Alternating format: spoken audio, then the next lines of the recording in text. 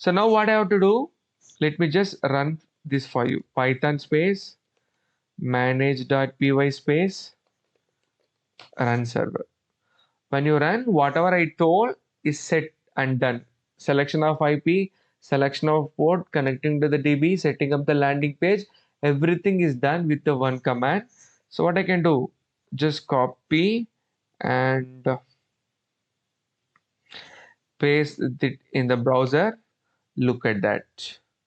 Look at that. This is something that I never created, but that's the beauty of Django. It creates an application for you by default, a template by default. And if you need some sort of customization, you can do on top of this. And when I was discussing about that particular file called urls.py, it contains APIs, right? So look at that. Slash admin. Now, when I type admin, unfortunately, the admin API is not opening. You might be wondering, Mohan, you told that admin is a default one, but why it is not opening here?